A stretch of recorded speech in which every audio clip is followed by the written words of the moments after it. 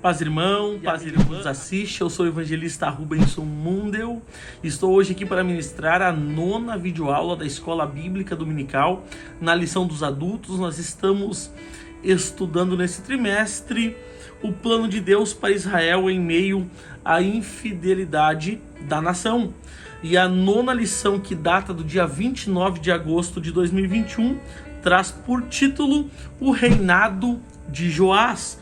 O nosso texto áureo está em Provérbios, capítulo 3, versos 13 e 4, que diz: Não te desamparem a benignidade e a fidelidade, ata-as ao teu pescoço, escreve-as na tábua do teu coração, e acharás graça e bom entendimento aos olhos de Deus e dos homens, a nossa verdade prática, para ter uma vida de constante comunhão com Deus. É necessário abandonar todo tipo de idolatria e confiar nele inteiramente. Eu sempre digo que idolatria não é apenas o ato de se prostrar diante de uma estátua e diante de um falso Deus. Idolatria é tudo aquilo que ocupa no nosso coração o lugar que é de Deus. Tudo que ocupa dentro do meu coração o espaço que pertence a Deus, então isso é uma idolatria na minha vida. Glória a Deus. A nossa leitura bíblica em classe, ela está no 2º livro dos Reis de Israel, capítulo 11, do versículo 1 ao versículo 3, capítulo 12, do versículo 1 ao versículo 5 e do verso 17 ao verso 21. E o objetivo geral da 9ª lição é afirmar que o pecado leva o homem à ruína.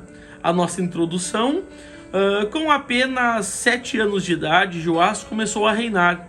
Como era muito jovem, recebia orientações e conselhos do sacerdote Joiada. Durante os anos em que foi orientado, teve um brilhante reinado e se fez o que era reto aos olhos do Senhor, né? E esse texto está lá em 2 Reis, capítulo 12, versículo 2, né?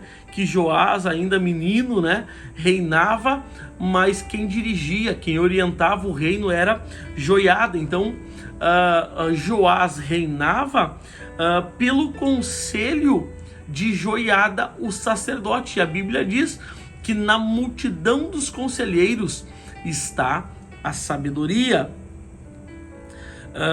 Porém, como as suas convicções sobre Deus não eram suficientemente fortes, após a morte de Joiada, Joás deixou-se influenciar por maus conselhos que fizeram Judá retornar à idolatria.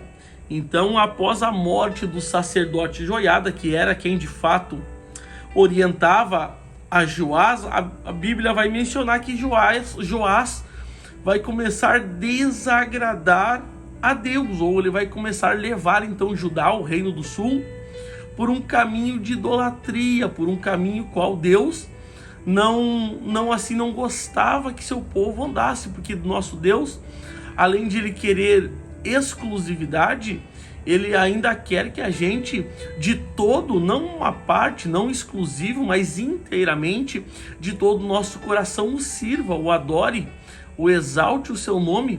E Judá naquele momento então começou também a uma miscigenação entre os deuses que o povo estava adorando, e isso, por certo,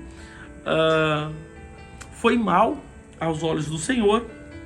Está em nossa introdução, então vamos adentrar agora os nossos tópicos e subtópicos, e como sempre vamos resumi-los de uma forma clara, de uma forma objetiva, de uma forma bem prática para a gente. O tópico 1, o livramento de Joás. O tópico 1, ele tem 3 subtópicos. O primeiro deles: tanto em Israel quanto em Judá existiam acirradas disputas pelo poder, envolvendo interesses políticos e econômicos, né? Isso não é novidade para aquele tempo e não é novidade para o nosso tempo. Por quê? Porque a Bíblia diz em Eclesiastes capítulo 1, versículo 9, anote todas as referências que a gente passa durante a aula, leia o texto, leia o contexto, por certo você adquirirá sabedoria e aprenderá os princípios que a palavra quer nos passar. O texto diz assim, o que foi, isso é o que há de ser, e o que se fez, isso se fará, e de modo que nada há de novo debaixo do sol. Então isso não é novidade para ninguém. Uma nação onde os políticos brigam por poder econômico, por poder político, isso não tem novidade, né? E a Bíblia se cumpre uma vez mais. A casa real de Judá havia se aparentado, melhor dizendo, com a casa real de Israel através de Atalia, neta de Acabe e Jezabel. Atalia se casou com Jorão, filho de Josafá, rei de Judá. Quando Jorão foi assassinado por Jeú, Atalia usurpou o trono e começou a reinar em seu lugar, né? Olha que coisa, né? Então, quando morre agora Jorão, Atalia, né, que era então sua esposa, começou a reinar em seu lugar, e agora nesse momento estava assentado sobre o trono de Judá um rei, ou melhor dizendo, uma rainha, que era da tribo do norte, da tribo de Israel. Mas Deus estava, por certo, perseverando o menino Joás, né? Glória a Deus. Subtópico 2, avançamos. A coragem do sacerdote Joiada. Atalia herdara a perversidade de Acabe e Jezabel. E por que ela herdou a maldade, a perversidade, a crueldade? Porque a Bíblia tem que se cumprir.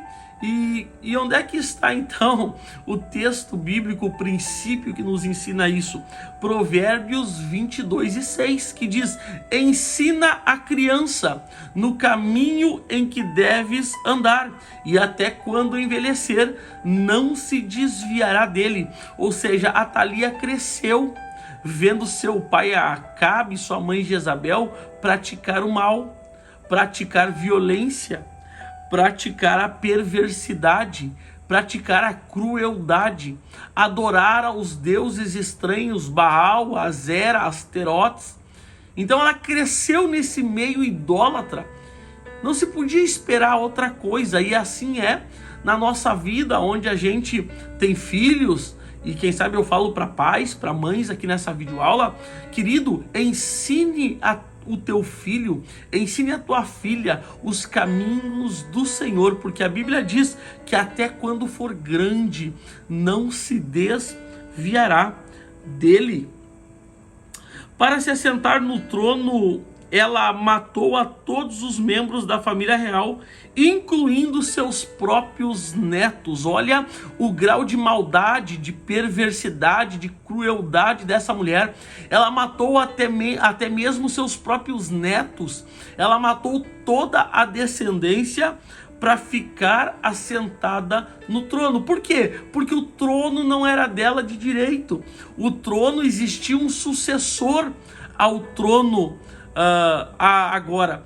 E ela, não querendo que o trono passasse a um terceiro, então ela prefere matar toda a descendência. Por quê? Porque quando não se abre uma porta, oh glória, para algumas pessoas entrarem, elas entram pela janela mesmo.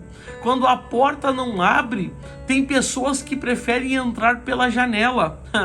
E aqui está o retrato de uma pessoa que faz qualquer coisa para ocupar determinadas cadeiras, determinados lugares, determinadas posições, para chegar em determinados lugares. Tem pessoas que fazem qualquer coisa, que elas pagam qualquer preço, que elas estão abertas a qualquer negócio. Mas aí eu tenho uma palavra para você: não negocie o chamado de Deus, não negocie o propósito de Deus para a tua vida. Não faça como Atalia, porque o chamado, o propósito de Deus para a vida de Atalia não era ela sentar ao trono, não, mas quem sabe dar suporte para quem se assentaria. Mas ela, por sua vez, deixou-se levar pelo desejo, pelo orgulho, pela soberba. E assim ela foi à bancarrota, à destruição. Mas fique no lugar que você foi chamado. Irmão, eu estou no deserto, fique no deserto. Irmão, eu estou no palácio, fique no palácio. Não se mova do lugar aonde Deus já te colocou, porque por certo Deus tem um propósito para a tua vida nesse lugar. Glória a Deus. Continuando, apenas Joás, filho de Acasias, escapou. Ele tinha 1 ano de idade e foi escondido em uma sala por sua tia Jeozeba, esposa do sacerdote Joiada, e lá ficou durante 6 anos. Nesse período, Joiada preparou Joás para assumir o trono e lhe ensinou as leis mosaicas. E o que é isso, irmão? É Deus preservando a semente de Davi. É Deus preservando quem se assentaria no trono. Quando todos olhavam e daqui um pouco pensavam, olha, não sobrou ninguém da descendência de Davi para assentar o trono. Não, Deus estava preservando o menino. Deus estava fazendo o menino crescer. Deus estava fazendo o menino se desenvolver. Ninguém estava vendo, mas ele estava crescendo. Ninguém estava vendo, mas ele estava se desenvolvendo. Oh, glória! Por quê? Porque Deus sempre tem os seus remanescentes. Glória a Deus! Avançamos então ao subtópico 3, a estratégia bem-sucedida. Quando Joás completou 7 anos, Joiada armou uma estratégia para empossar o legítimo rei.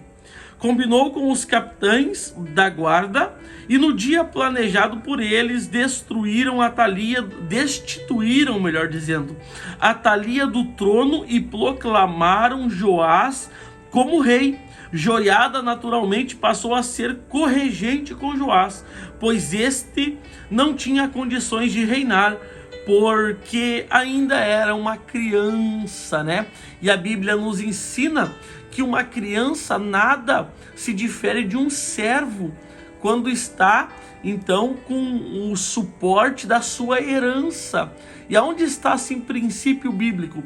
Está em Gálatas capítulo 4, versículo 1, que diz: digo, pois, que todo o tempo que o herdeiro é menino, em nada difere-se do servo, ainda que seja senhor de tudo. Por quê? Porque por mais que seja dele por direito, por mais que ele seja o sucessor à herança, ao trono, ele não tem ainda maturidade para administrar aquilo que é dele. Oh, glória! E eu abro um parênteses aqui para dizer para alguém aí, quem sabe você só não recebeu aquilo que você está pedindo, quem sabe aquela porta só não abriu porque você ainda não tem maturidade para administrar o que o Pai tem para lhe entregar. Mas espere, porque a Bíblia diz que para todo propósito debaixo do céu existe um tempo determinado e Deus está te preparando, Deus está te amadurecendo. Para quê? Para que quando chegar na tua mão você tenha capacidade para administrar. Glória a Deus. Continuando, o sacerdote, como um homem temente a Deus, destruiu os sacerdotes de Baal e conclamou o povo para remover seu templo, despedaçar a imagem e altar e refazer a aliança com Deus, né? Então a gente vê que Joiada de fato era um homem de Deus, alguém que zelava pela santidade do povo. Então, assim que Joás assenta ao trono, ele convoca o povo para destruir o templo, as imagens e as esculturas, né, dos ídolos. Para quê? Para que a ira de Deus não viesse sobre eles. Glória a Deus. Está aí, então, o resumo prático, claro e objetivo do tópico 1. Vamos avançando ao tópico 2. Tópico 2, o reinado de Joás e a reparação do templo. O tópico 2 ele também tem 3 subtópicos. O primeiro deles, a arrecadação para reparar o templo. O reinado de Joás foi muito próspero enquanto Joiada o aconselhava, né? Então que coisa linda é alguém que governa, né? Pelo poder de Deus, pela revelação de Deus, pela autoridade que Deus lhe confere. Enquanto Joás governava sendo amparado por Joiada, um grande homem de Deus, o seu reinado foi próspero, foi amplo. E o que é prosperidade à luz da Bíblia? Prosperidade é a fartura de tudo? Claro que não. Prosperidade é ausência de necessidade. E eu falo para alguém agora: se você se acha que tem poucos recursos, fique atento ao que eu vou te dizer. Quem é próspero não é quem tem muito. Quem é próspero não é quem tem para sobejar. Quem é próspero é alguém que não tem necessidade alguma. Prosperidade é ausência de necessidade. Glória a Deus. Avançando. Como a adoração a Baal havia sido muito incentivada pelos reis anteriores, nenhuma manutenção fora feita no templo do Senhor, e por isso ele estava em condições precárias. Logo, Joás incentivou o povo e os sacerdotes a arrecadarem ofertas para a manutenção do templo, né? Coisa linda é quando o povo se une, né, para poder realizar a obra de Deus, né? E eu acho lindo que Joás ele vai pedir então uma oferta para o povo, e o povo vai trazer tanto, mas tanto, que vai muito além das expectativas do rei. E o princípio para a gente abençoar está na palavra de Deus. Atos dos Apóstolos, capítulo 20, verso 35 diz assim: e disse-lhe Jesus: bem mais aventurada coisa é dar do que receber. Oh, glória! Coisa linda é isso, né? Coisa linda é a gente poder devolver a Deus aquilo que por direito é de Deus. Eu me lembro de Davi. Davi, no livro das Crônicas, primeiro livro das Crônicas, capítulo 29, versículo 14, Davi vai falar: porque quem sou eu, quem é meu povo, para que pudéssemos oferecer voluntariamente coisas semelhantes a estas? Porque tudo vem de ti, e do que é teu te damos. Olha que coisa linda, é Davi entendendo, é Davi nos ensinando que tudo que temos é de Deus, e tudo que a gente dá a Deus, de fato a gente está dando aquilo que é de Deus, porque foi Deus quem nos deu. Glória a Deus. Vamos avançando ao subtópico 2. A fidelidade dos tesoureiros. Um detalhe muito importante nessa arrecadação foi a fidelidade com que os sacerdotes e tesoureiros reais administravam o dinheiro.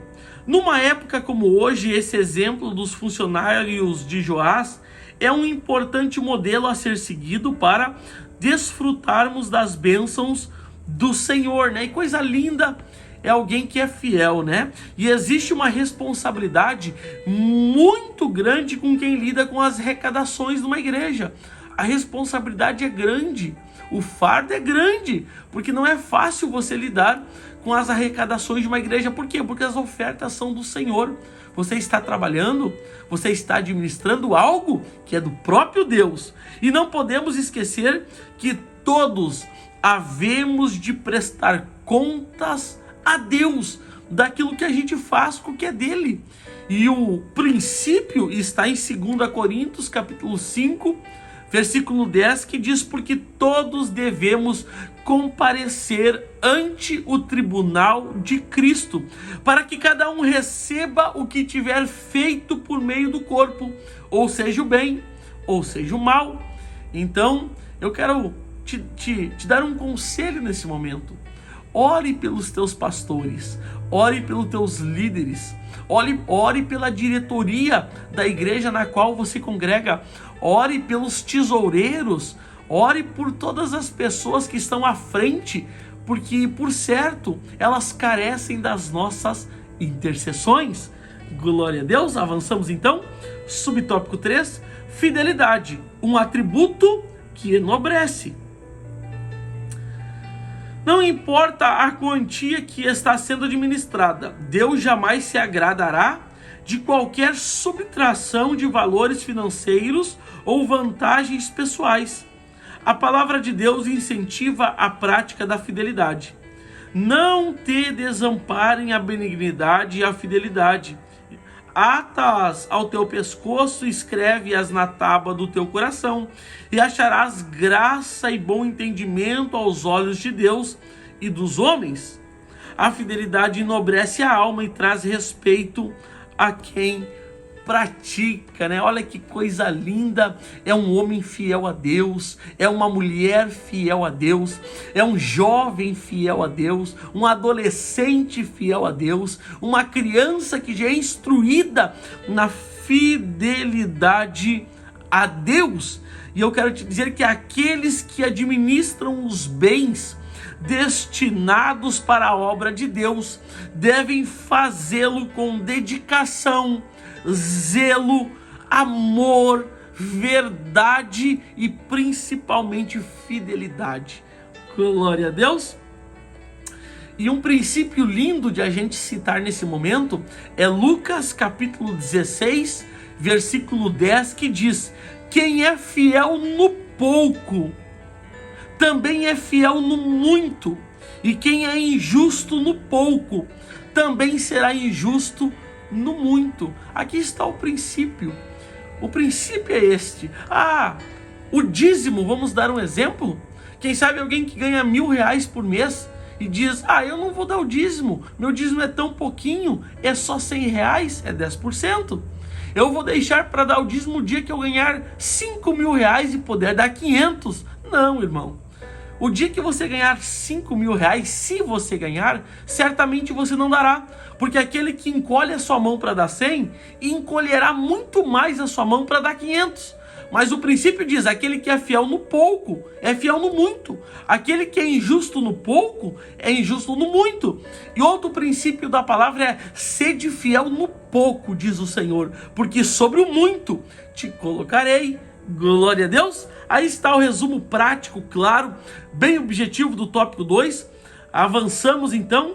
Tópico 3. O tópico 3, a conspiração contra Joás. O tópico 3 ele tem apenas 2 subtópicos. O primeiro deles, o declínio do reinado. A história de Joás nos revela que ele não tinha firmeza em suas convicções e deixava-se levar facilmente por qualquer sugestão. Quando o sacerdote Joiada morreu, o rei não conseguiu se manter-se inteiramente fiel ao Senhor. Passou a adorar ídolos e confiar em suas próprias forças, né? E alguns princípios a gente consegue extrair aqui. O primeiro princípio, né, é aquelas pessoas que sempre necessitam de outras pessoas para serem fiel a Deus. É aquelas pessoas que sempre precisam de outras pessoas para estar indo na igreja, para participar de um departamento, para estar assídua no coral, no departamento de evangelismo, no departamento de visita. É aquelas pessoas que sempre precisam ser carregadas, empurradas, incentivadas. A segunda lição que a gente tira aqui é que quando não existe essa pessoa, então o declínio espiritual, ele é certo. E assim aconteceu com Joiada. E idolatria, o que é idolatria? Idolatria é o adultério espiritual. E isso era aonde o rei de Judá, ou da tribo do sul, estava indo. Esse era o caminho que ele estava trilhando, ele também começou a confiar nas suas próprias forças. Outro princípio da palavra de Deus a gente encontra aqui. Jeremias 17:5 vai dizer: maldito é o homem que confia no homem. Maldito é o homem que confia no homem e faz da carne do seu braço, né, a sua força. Olha que interessante. Não é o maldito é o homem que confia no seu próximo. Claro que não. Graças a Deus que a gente tem irmãos queridos para confiar. A gente tem pastores, líderes. A gente tem pai, tem mãe, esposo, tem mulher, tem filhos. E a gente pode confiar uns nos outros. E isso é saudável. O que a Bíblia está dizendo é: maldito é o homem que confia nele próprio. Maldito é o homem que confia na sua própria força, no seu próprio braço. E isso era a situação que Joás estava se encontrando. Além de ele estar cometendo adultério espiritual, ele estava agora confiando na sua força, no seu braço, no seu talento, no seu dinheiro. E isso leva um homem à destruição. Maldito é o homem que confia nele mesmo. Mas Provérbios capítulo 3, versículo 5 diz: confia no Senhor de todo o teu coração e não te estribes no teu próprio entendimento. Reconhece o Senhor em todos os teus caminhos e Ele endireitará as tuas veredas.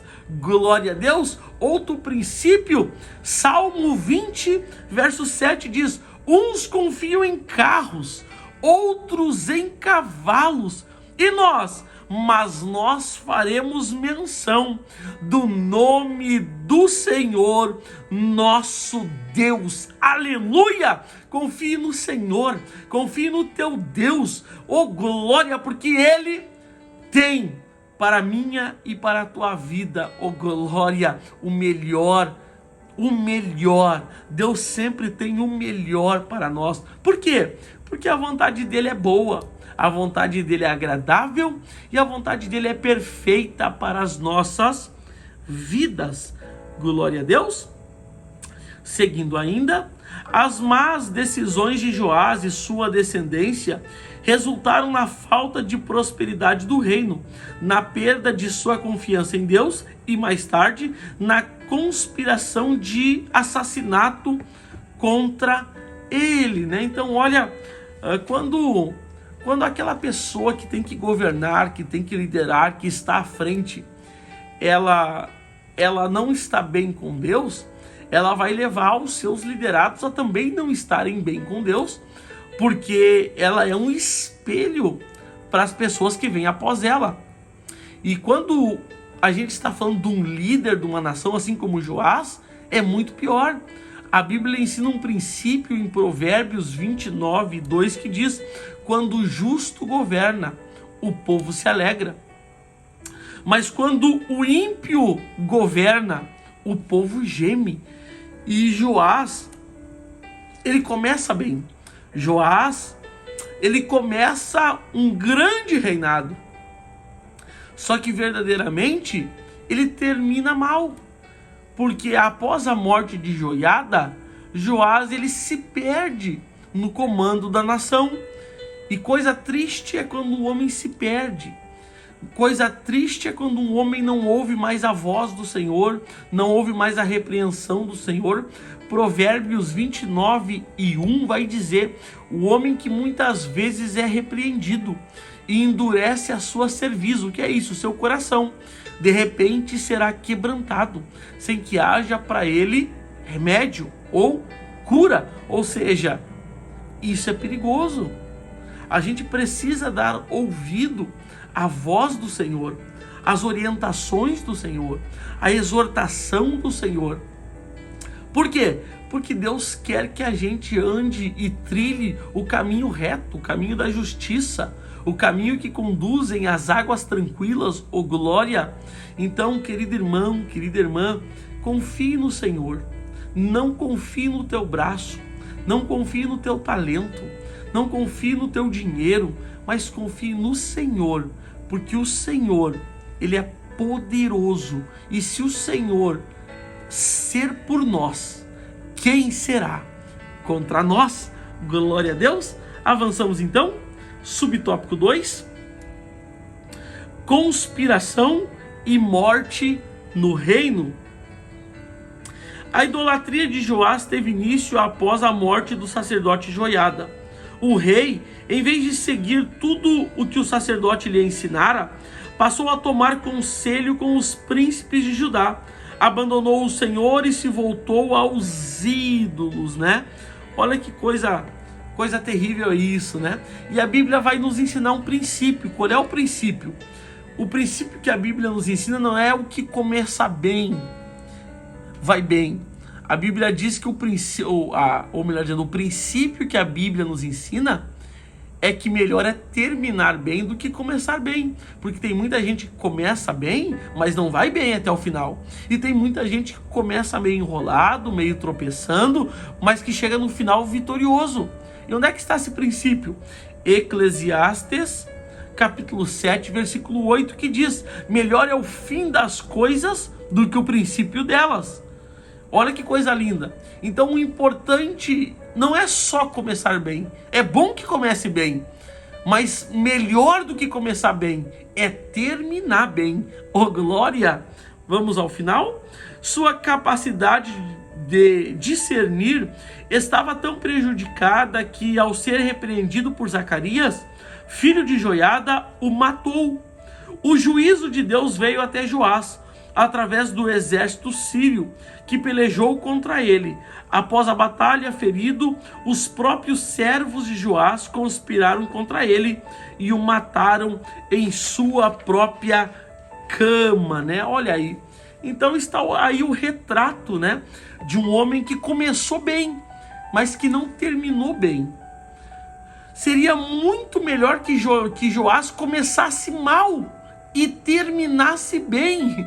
Oh, glória! Porque se ele terminasse bem, ele poderia falar como Paulo falou. E o que Paulo falou? Paulo falou: combati o bom combate, acabei a carreira e guardei a fé. Desde agora a coroa da justiça já me está guardada. Aleluia! Olha que coisa linda é alguém terminar bem, terminar cheio de glória, de glórias, terminar cheio de honras, terminar como alguém que lutou e foi vencedor. Coisa linda! Então, irmão, a nossa carreira não é uma carreira de velocidade, não é para ver quem corre mais, quem canta mais, quem prega mais, quem lidera mais. A nossa carreira é de perseverança. É hoje melhor do que ontem e amanhã melhor do que hoje. Oh, glória! Está aí, então, o resumo prático, claro e objetivo do tópico 3. Vamos agora à nossa conclusão, que diz: Joás foi levado ao trono por uma ação divina organizada pelo sacerdote Joiada. No início de seu reinado, ele reparou o templo e mandou construir vários artefatos para o ofício sagrado. Porém, após a morte do sacerdote Joiada, começou a fazer o que era mal aos olhos do Senhor. Passou a adorar ídolos e perdeu completamente a noção de justiça ao mandar assassinar o profeta Zacarias. Seu reino entrou em decadência e ele acabou assassinado por 2 dos seus servos, né? Então, qual é a lição prática para a nossa vida que a gente tira dessa lição de número 9 da Escola Bíblica Dominical dos Adultos? É que o importante, eu repito, não é começar bem. Bom é que tu comece bem e vá bem até o final. Mas o importante mesmo é acabar bem. É acabar assim com honras. É acabar com glórias. É você chegar no final da sua carreira. E a geração que está começando poder olhar para você e dizer: olha, quando eu tiver a idade dele, eu quero ser um homem de Deus que nem ele foi. Eu quero ser uma mulher de Deus que nem ela foi. Eu quero ser um homem e uma mulher piedoso, cheio de amor, cheio de compaixão. Oh, glória! Então, irmão e irmã, amigo, amiga que me escuta, que a gente possa rever as nossas ações. E se alguém escuta essa lição e se julga não estar muito bem, hoje é dia de voltar ao centro da vontade de Deus. Deus. Oh glória, por quê? Porque Deus sempre nos dá tempo a nos arrependermos das nossas más ações e voltar aos caminhos que Ele tem para a minha e para a tua vida. Glória a Deus. Você pode glorificar a Deus. Está então o resumo da nossa lição de número 9. E se tudo isso foi bênção na tua vida, eu te peço, me ajude. E como é que você me ajuda? Você me ajuda curtindo o nosso vídeo, se inscrever no nosso canal, ativando o sininho das notificações. Se possível, compartilhe esse vídeo com mais alguém. Eu quero te falar ainda, se você puder ficar um minutinho comigo, que logo aqui embaixo na descrição do vídeo eu tenho alguns links esses do meu Instagram, do meu Facebook, tenho meus contatos de e-mail, de WhatsApp, tem os links também que te levam para o grupo do Telegram da EBD, para o grupo do Telegram de Apocalipse. Então clique nos links, tu será redirecionado. Se você clicar no link do Instagram, você será redirecionado ao meu perfil, é só clicar em seguir. Se você clicar nos links do Telegram, tanto da EBD quanto do Apocalipse Descomplicado, é só clicar em entrar e você estará participando dos grupos. E aí eu disponibilizo material semanal, material bíblico e teológico semanalmente, de forma gratuita, e você terá acesso a todo esse material de uma forma muito rápida. Então, irmão, irmã, não se esqueça, eu também ministro semanalmente a lição dos jovens aqui no canal. Estamos falando nesse trimestre sobre os profetas maiores, falamos nessa última lição sobre o profeta Abacuque. Está tudo postado aqui no meu canal, agrupado em playlists para facilitar a tua busca, a tua procura. Assista também, deixe teu joinha, teu gostei, o teu like, o teu comentário no vídeo. Por certo, você estará nos ajudando dessa forma. Querido irmão, o desejo da minha alma é que Deus te abençoe, que Deus abençoe a tua vida, que Deus abençoe a tua família, que Deus abençoe a tua saúde, que Deus abençoe o teu celeiro, que Deus abençoe a obra das tuas mãos e aonde você botar o pé, que Deus te dê por herança. Até a próxima videoaula, graça e paz.